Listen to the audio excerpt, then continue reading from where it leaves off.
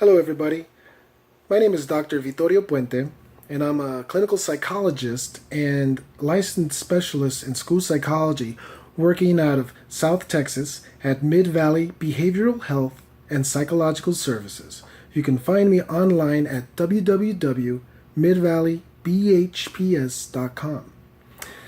And today is the first of what I hope to be many webcasts discussing topics that are relevant and important to you and I. And the first of the topics I want to discuss is the topic of racism. Now, I'm going to discuss racism not from its manifestation in our society, but from a point of view of to help define and understand what racism is.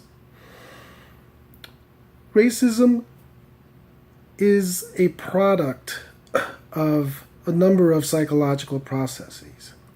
And I will discuss the first of those processes today. The first of which is in-group and out-group membership.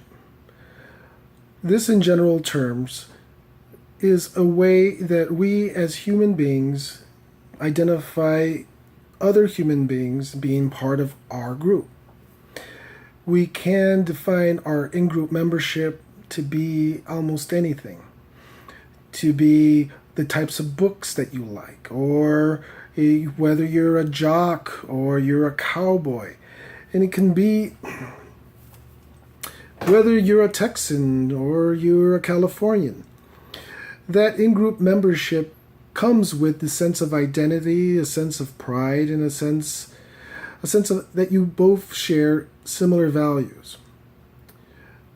But in-group membership, there is also an out-group membership.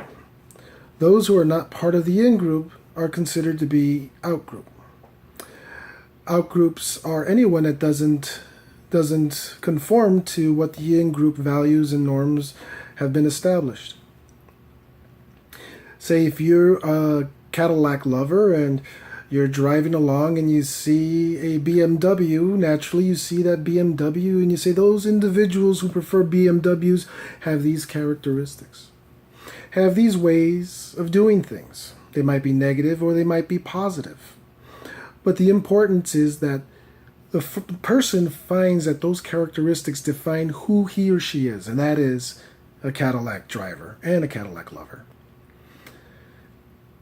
From in-group and out-group membership, we have the second characteristic that comes from the dynamic between in-group and out-group memberships, and that is ethnocentrism. Ethnocentrism, as the term implies, states that we as an ethnic group look to others who we believe to be part of our ethnic group to share similar identities, values, perspectives on life, ways of speaking, ways of thinking and seeing the world. What is more important for the ethnocentric term is that in ethnocentrism, the person defines their way of life and living as the correct method of life and living. That, in a sense, has everyone else who's not part of that ethnic group and acting differently from that ethnic group to do things wrong, or to do things that are unethical perhaps, or even immoral.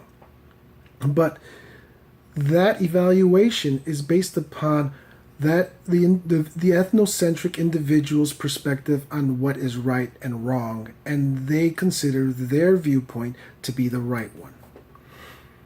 Ethnocentrism can be seen in many activities across the United States. We have a ethnocentric view that one particular ethnic group may not be as smart as the other, may not work as hard as the other. But that is one where could be the dominant group states that this way of working doesn't conform with the way they think or how they feel that life and the life will prosper. Emotional reactions can develop from it. But what is most important to consider with ethnocentrism is that it's a natural process that we develop as human beings to learn to be part of a larger group, to learn to live and identify with others. We as social human beings, this appears to be a natural byproduct. Well, I think that's enough for today. My next discussion will be on stereotypes and prejudice which stem from ethnocentrism. Until then, stay safe and be healthy.